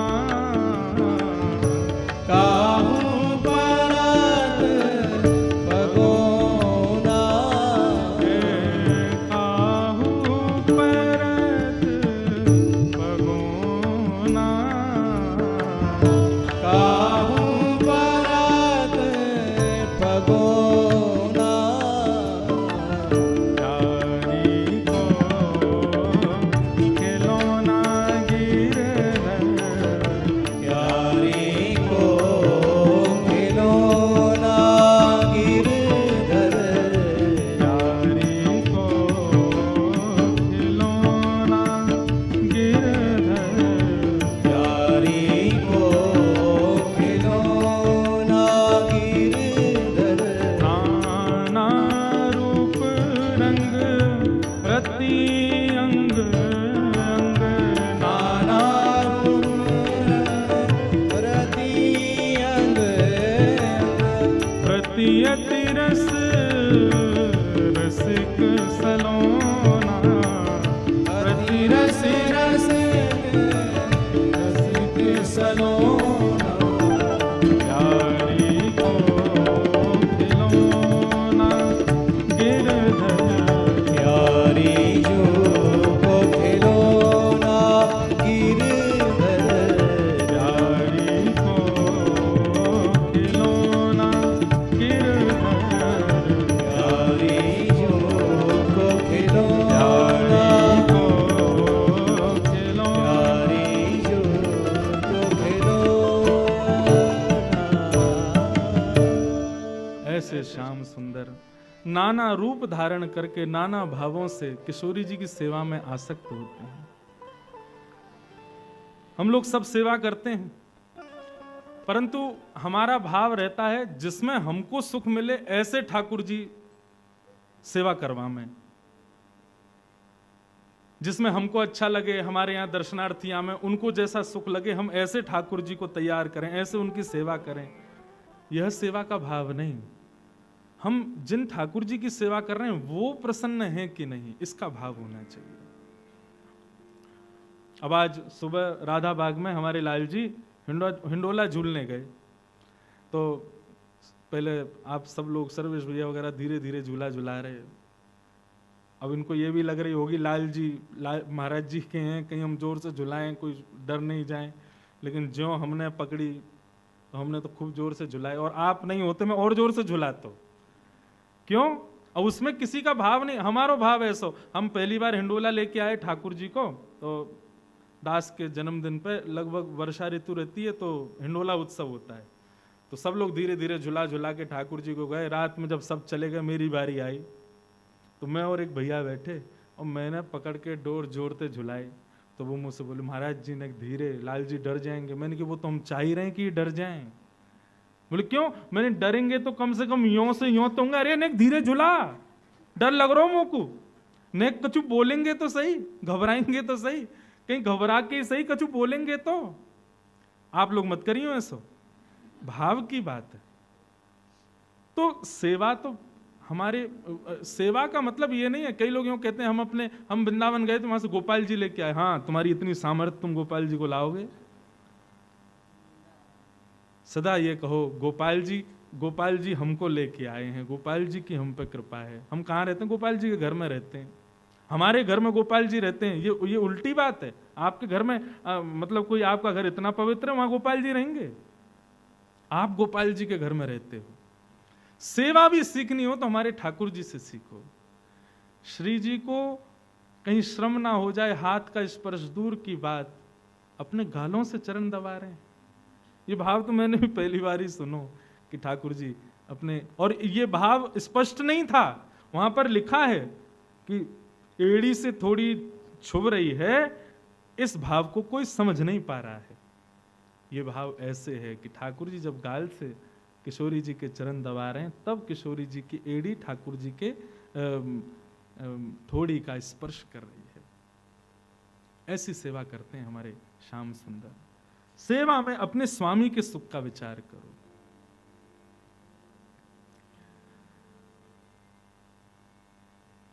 हमारे भागवत में जैसे गोपी गीत है, वेणु गीत है, प्रणय गीत है, ऐसे एक गीत और है, उसका नाम है युगल गीत। युगल गीत में कोई युगल के भाव वर्णित हैं ऐसा नहीं है। युगल गीत का नाम युगल गीत इसलिए है क्योंकि वहां पर युगल युगल मंत्रों के अर्थ हैं। युगल मतलब दो दो श्लोक। और युगल गीत की विशेषता हमारे ब्रज के रसिकजन कहते हैं कि युगल में एक श्लोक श्याम सुंदर है, दूसरा श्लोक किशोरी जी है, इसलिए इसको युगल गीत कहते हैं। तो वहां युगल गीत में एक प्रसंग आता है बड़ा सुंदर, और वो प्रसंग ऐसे है कि सब सखियां ठाकुर जी की वंशी के वादन की बड़ाई करती हैं यशोदा मैया से जाके, और यशोदा मैया से पूछती हैं कि आपके लाला ने वंशी वादन कहां सीखो है। बहुत सुंदर भाव है, ध्यान से सुनना। आहा। विविध गोप चरणेषु विदग्धो वेणुवाद्य उर्धा निज शिक्षा, तव सुतः सति यदाधर बिंबे दत्त वेणुरनयत्य स्वरन जा। गोपियां आज यशोदा मैया के पास गई और मैया से जाकर के इस भाव से पूछती हैं कि हम अपने बच्चों को सिखाना चाहती हैं, लेकिन वास्तविकता में वो वहां गुरु को खोज रही हैं। जा गुरु ने ये बैरनी बंसी बजानी सिखा दी, हमारे घर बर्बाद करवा दिए। सब गोपियां गई और जाके बोली मैया एक बात बताओ, तुम्हारो लाला वंशी बहुत मधुर बजावे। हाँ बजावे तो बहुत बढ़िया है। अच्छा तुम्हारे लाला ने वंशी सीखी कहां तक बताइयो। यशोदा मैया बोली कहा करोगी? बोले हम भी अपने बालकन को भेज देंगी। बहू सीख आएंगे, पूरे दिन घर में पड़े रहें, बहू बजानो सीख जाएंगे। तो लाला अकेली बंसी नहीं बजावेगा, सबरे ग्वाल वाल मिलके बजाए करेंगे। यशोदा मैया बोली तो याद है बढ़िया, तो और वाद्य सिखवाओ, हमारा लाला बंसी बजाए, मधुमंगल करताल बजाए और श्रीदामा मृदंग बजाए, तब आनंद आवे। लेकिन गोपियां तो ये भाव जानना चाह रही हैं कि ठाकुर जी बंसी सीख के कहां से आए। तो वेणु गीत, युगल गीत में वर्णन है, माता यशोदा कहती हैं वेणु वाद्य उर्धा निज शिक्षा। बस सही पूछो गोपी तुम मानोगी नहीं, लेकिन मेरे लाला ने कोई से वंशी नहीं सीखी, ये वाकई खुद की शिक्षा है, वाने खुद सीखो है बजानो। अब एक भाव में तो ये था कि गोपियां पूछती हैं कैसी वंशी किससे वंशी बजाना सीखा। अब दूसरे श्लोक में गोपियां वर्णन कर रही हैं कि ठाकुर जी वंशी बजाते कैसे हैं। ये साधारण भाव नहीं है भागवत के, कितनी सुंदर बात कहती हैं कि सवन सस्तधुपधार्य सुरेशा सक्र सर्व परमेष्टि पुरोगा कवय आनत कंधर चित्ता कश्मलम ययुरने तत्व। आहा, इतनी सुंदर बात। बोले लाला कैसी वंशी बजावे? बोले कवय आनत कंधर चित्ता कश्मलम ययुर निश्चित तत्वा। अब दूसरे श्लोक का जो वर्णन है ना, जो प्रथम श्लोक कृष्ण है, दूसरा श्लोक किशोरी जी हैं। एक प्रकार से इसमें प्रश्न उत्तर भी हैं। ठाकुर जी के श्लोक जो प्रथम श्लोक हैं वो प्रश्न के भाव से हैं, और द्वितीय श्लोक जो है वो उत्तर के भाव से युगल गीत है, और दूसरे श्लोक जो है वो सब श्री जी के स्वरूप हैं। तो यहां पर श्री जी प्रत्युत्तर दे रही हैं ठाकुर जी वंशी कैसी बजाते हैं। बोले ठाकुर जी जब वंशी का वादन करते हैं तो उस समय आकाश में ब्रह्मा, शिव, सनकादि, सरस्वती आदि सब देवी देवता कान लगा करके, चित्त लगा करके ध्यान से सुनते हैं। और सरस्वती की तो ये स्थिति हो जाती है, वो संगीत की पुरोधा हैं, संगीत की उद्गाता हैं। परंतु जब ठाकुर जी वंशी बजाते हैं ना, तो सरस्वती भी कालम कागज लेकर के बैठती है और ठाकुर जी के द्वारा बजाई गई ध्वनियों को लिखती है और एक नए नाग का निर्माण करती है। सरस्वती जी ने राग का नाम भी बताया, सवनस राग।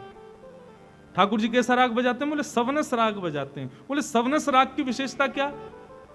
बोले प्रातः काल का भैरव राग गाया जाएगा, तो भैरव वंशी जब बजाते हैं तो सूर्य प्रकट हो जाता है, सूर्य को लगता है कि अब सुबह का राग बज रहा है, मेरी स्थिति है, मुझे आना चाहिए। लेकिन ठाकुर जी बिहाग बजाते हैं तो चंद्रमा प्रकट हो जाता है, बोले अब रात का राग बज रहा है, मुझे आना है सेवा में। लेकिन ठाकुर जी जब वंशी बजाते हैं तो चंद्रमा और सूरज दोनों आकाश में प्रकट हो जाते हैं और विचार करते हैं ये भैरव बज रहा है कि बिहाग बज रहा है। मतलब कोई बेसुरा कंसुरा नहीं, सूर्य चंद्रमा में ये होड़ लगी है कि ये अब मेरे को सेवा में जाना है कि तुझको जाना है। दोनों की स्थिति समझ नहीं पा रहे हैं। ठाकुर जी जब वेणु वाद्य करते हैं तो आकाश में सूर्य, चंद्र, तारे, समस्त देवी देवता खड़े होकर के कान लगा करके ठाकुर जी की मधुर वेणु की ध्वनि को सुनते हैं। ऐसा युगल गीत में ठाकुर जी के वेणु का वर्णन बताया गया। अब वो तो पूरा युगल गीत चले तब उसका और व्याख्या उसकी अद्भुत है, परंतु अब इसमें एक लीला हमारे ब्रज की सुनाई जाती है, बहुत ध्यान से सुनना। ठाकुर जी जब वंशी बजाते हैं तो आकाश में चंद्र और सूर्य दोनों प्रकट हो जाते हैं, आकाश में देवी देवता विचरण करने लग जाते हैं। सरस्वती आदि संगीत के बड़े बड़े एक संगीत के गंधर्व हैं, उनका नाम है हा हा हु हु गंधर्व। ये गायन के बड़े अच्छे गायक हैं देवताओं के। ये सब भी ठाकुर जी की वेणु को बड़े ध्यान से सुनते हैं। क्यों? क्योंकि ठाकुर जी जब वंशी बजाते हैं तो कुछ ऐसा बजाते हैं कि संगीत के ज्ञाताओं को कुछ ना कुछ नया मिलता है। लेकिन हमारे लाला के सब सखा फूले नहीं समाते जब लाला वंशी बजाते हैं। मधुमंगल, श्रीदामा आदि सब कहें लाला तेरी वंशी ऐसी बजे, ऐसी बजे, ऐसी बजे, बस कहा बताएं। मधुमंगल श्रीदामा से ठाकुर जी को भी पूछते हैं, बोले क्या स्थिति हो? गोपियों की स्थिति तो हमने सुनी है, उनके घर में भोजन नहीं बन पाते, वो जैसी है वैसी स्थिर रह जाती हैं। मधुमंगल श्रीदामा ने तुम भी बताओ तुम्हारा क्या हो गया? मधुमंगल बोले लाला मेरी स्थिति तो ऐसी, पेट में दर्द हो तेरी वंशी सुन लो, मेरा पेट दर्द ठीक है जाए। श्रीदामा बोले लाला मुझको नींद नहीं आवे, लेकिन तेरी वंशी सुनूं तो मुझको नींद आ जाए। तन सुखा, मन सुखा, धन सुखा, ये 3 औरतें ठाकुर जी के सखा। तन सुखा से पूछी तो को कहा मिले, वो लाला मुझको तो भूख लग आवे तेरी वंशी सुन के। और ठाकुर जी आनंदित हो रहे उनकी बात सुन के, पर इस भाव का बड़ा अभिमान करते हैं सब सखा। पूरे हमारो लाला बड़ी मधुर वंशी बजावे, और बाकी वंशी सुनकर के ऐसी ऐसी स्थिति पूरे ब्रज में होवे। सब लोग यहां देखो, यहां देखो, यहां देखो, ध्यान से कथा सुनो।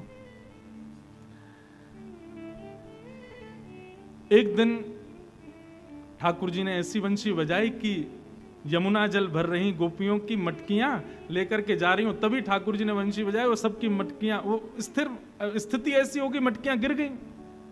तो मधुमंगल श्रीधाम बोले हमारे लाला की वंशी ऐसी है, कहा बताएं, कोई गोपी इनके कार्य भी पूर्ण ना है पामे। गोपी बोली हम जब तक सह रही हैं मधुमंगल, लेकिन जादना हमारी श्री जी अपने पे आ गई ना, तेरे लाला की वंशी धरी रह जाएगी। मधुमंगल बोलो तो फिर लिया आओ श्री जी, आज है ही जाए, देख लें कौन ज्यादा ज्ञाता।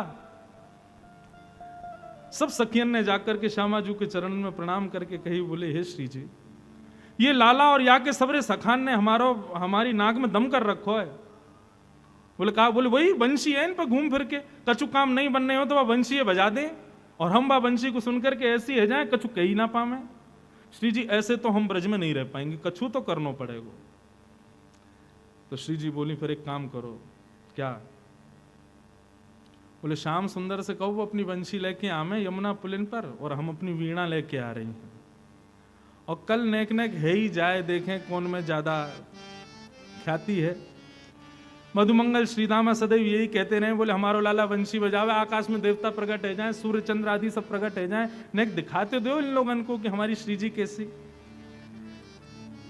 तो ललिता विशाखा ने जाके मधुमंगल श्रीदामा सबसे कही, भैया लाला तो कहते कल वंशी लेके आए अपनी, और हमारी श्यामाजू भी आएंगी, कल पता चले ही जाए कि संगीत को सबसे बड़ा विद्वान कौन। मधुमंगल बोलो हाँ ठीक है। ललिता बोली लेकिन ऐसे काम नहीं चलेगा, पहले ही बता दे हारवे वारो कहा करेगो। मधुमंगल बोलो तेरी बात माने ललिता, जो हारेगो वो जीतवे वारे को सदा दास बन के रहेगो। अगर तुम्हारी श्यामाजू हारी तो वो हमारे लाल जी की सदा दासी बन के रहें, और यदि हमारो लाला हारो तो फिर हम वचन दे रहे हैं वो दास बनेगो। यही संकल्प से कंपटीशन जैसा एक रखा गया। ठाकुर जी लेके आए अपनी वंशी, और सब सखा जय जयकार करते आ रहे हैं, बोले नंद के लाला की जय, यशोदा दुलारे की जय, पूछरी के लौटा की खूब खूब प्यारे। या को अर्थ पता है? ठाकुर जी ने जब गिरिराज जी धारण किए तो गिरिराज जी अब इकन्नी उंगली पर धारण किए। हम लोग चित्रण में देखें कि गिरिराज जी टिक गए, लेकिन गिरिराज जी जब इकन्नी उंगली पर धारण किए तो वो थोड़े थोड़े ऐसे हिल रहे, कभी यहाँ को कभी वहां को। इस पर भी हमारे अष्ट सखा पद गाते हैं, कान्हा कुंवर के कर पल्लव पर मानो गोवर्धन नृत्य करे। श्री गिरिराज जी नृत्य कर रहे हैं, और जैसे ही गिरिराज जी एक तरफ को झुके तो सब ग्वाल वाल अपनी छड़ी लगावे, और जैसे वो कहते हैं जोर से जोर लगाओ, क्या बोलते हैं हईसा, क्या बोलते हैं हाँ, जोर लगा के हईसा। ऐसे ही हमारे सब ग्वाल वाल अपनी छड़ी को स्पर्श करा के हुप हुप अब ऐसे ऊपर को करें, इतने में ही ठाकुर जी संभाल लें, बोल जय हो प्यारे। तो इसलिए कहते हैं बोल पूछरी के लौटा की हुप हुप प्यारे। ये हमारे ब्रज को ही है, बाहर के लोग ना बोल पाए, श्री जी वारे तो जाने ही ना है। तो सब जय जयकार करते आए। ठाकुर जी भी इतराते भय उमड़ घुमड़ करके अपनी वंशी लेकर के आए। सब सखियां सामने बैठी हैं। श्री जी एक तार को झंकृत करती जा रही हैं। क्यों? बोले क्योंकि वंशी बजते ही सब बेहोश रह जाएंगी। तो श्री जी की तार की जो झंकार है वो सब गोपियों को बचा रही है, वो सब सखियों की हृदय की स्थिति को वश करके बैठी है। और ठाकुर जी ने बजानी प्रारंभ करी वंशी। जैसे ही वंशी प्रारंभ हुई महाराज, ब्रजमंडल में आधे आकाश में अंधियारी, आधे आकाश में उजारो, सूर्य चंद्र प्रकट हो गए। मेघ के राग बजामे तो एक जगह वर्षा हो रही है, राग कुछ ऐसे बजामे तो मानो जैसे दीप प्रज्वलित हो रहे हैं। ठाकुर जी के रागों को देख करके समस्त राग रागनियां आकाश में प्रकट हो गए। प्रकट होकर के सब हाथ जोड़ने लगे, जय हो जय जयकार करने लगे। मधुमंगल श्री दामा फूले नहीं समा में उछल उछल करके जय जयकार करें, जय हो हमारे लाला की। देखो कैसी वंशी बजा रहा है, आकाश में देखो सूर्य चंद्र प्रकट हुए, सब देवी देवता प्रणाम कर रहे हैं, हमारे लाला के आगे सब नतमस्तक हैं। ठाकुर जी ने खूब देर वंशी बजाई। गोपीन को मूर्छा तो आवे, लेकिन श्री जी की वीणा की एक झनकार उनको बचा रही है। जैसे ठाकुर जी ने वंशी को नाद विश्राम कियो, मधुमंगल बोलो और ही ललता, अब या के आगे भी कछु कोई बजा सके? हम तो कह रहे हैं या बात को यहीं पूर्ण करो, तो को भी बहुत काम होंगे, हमको भी बहुत काम है, हम भी जाएंगे। श्री जी से कहो अपनी वीणा लाल जी के चरणन में रखें और दासी बन जाएं सदा को, यही बात को विश्राम कर दें। ललता बोली ऐसे काम ना चलेगा, हमारी श्री जी बजाएंगी और सुनो अब तुम कान लगा के।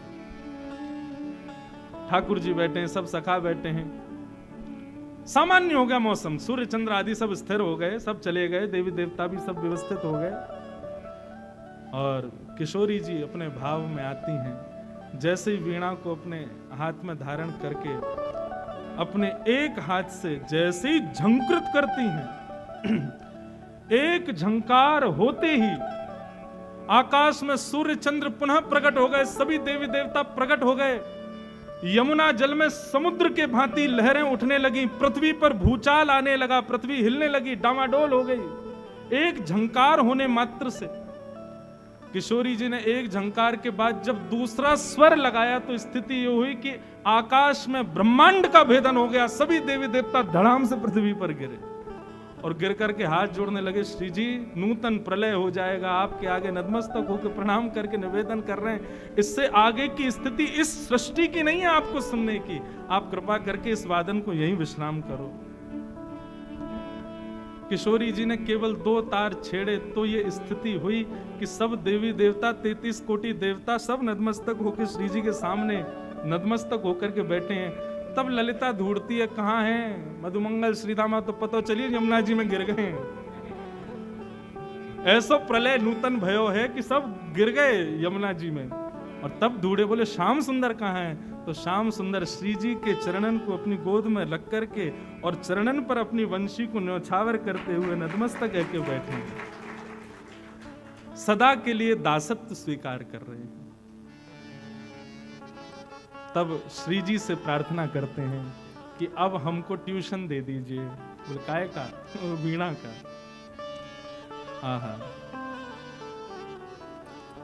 नवनिकुंज मंदिर में प्यारी, नवनिकुंज मंदिर में प्यारी, नवनिकुंज मंदिर में प्यारी, नवनिकुंज मंदिर में प्यारी, पियहि सिखावत वीणा प्यारी, पियहि सिखावत वीणा प्यारी, पियहि सिखावत वीणा प्यारी, पियहि सिखावत वीणा। गाओ।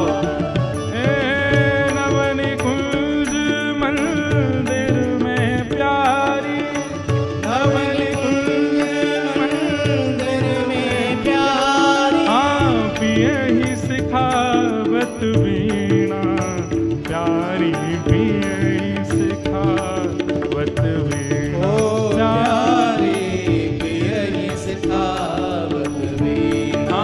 श्यामा जो पियहि सिखावत वीणा, श्यामा जो पियहि सिखावत। बोलो युगल बिहारिणी बिहारी सरकार की।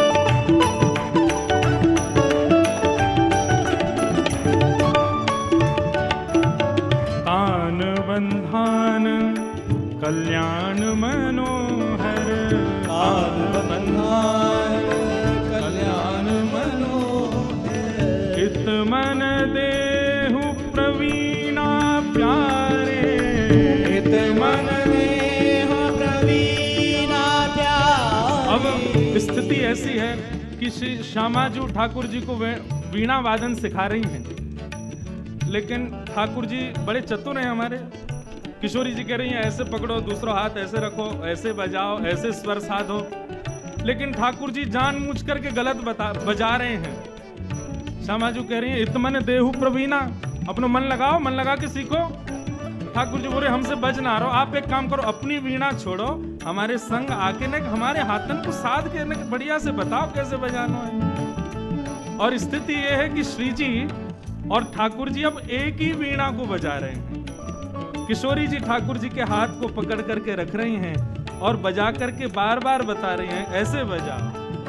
तान बंधान कल्याण मनोहर तान बंधान कल्याण मनोहर हित मन देहु प्रवीणा प्यारे हित मन देह प्रवीणा प्यारे। नवनी कुंज मंदिर में प्यारी नवन कुंज मंदिर में प्यारी पियहि सिखावत वीणा प्यारी पियहि सिखावत वीणा प्यारे पियहि सिखावत वीणा प्यारी पियहि सिखावत वीणा प्यारी पियहि सिखावत वीणा।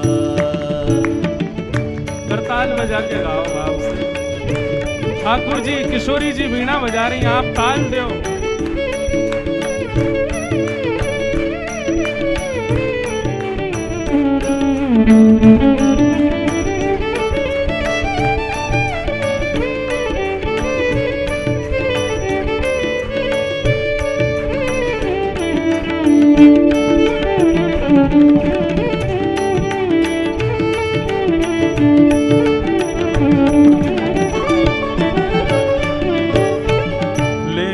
संभारी संभारी सुधर वर लेत संभारी संभारी सुधर नागर कहत फवीना प्यारी नागर कहत फवीना प्यारी श्री विठ्ठल विपुल विनोद बिहारी विठ्ठल विपुल विनोद बिहारी विठ्ठल विपुल विनोद बिहारी श्री विठ्ठल विपुल विनोद बिहारी जानत भेद कबीना प्यारी जान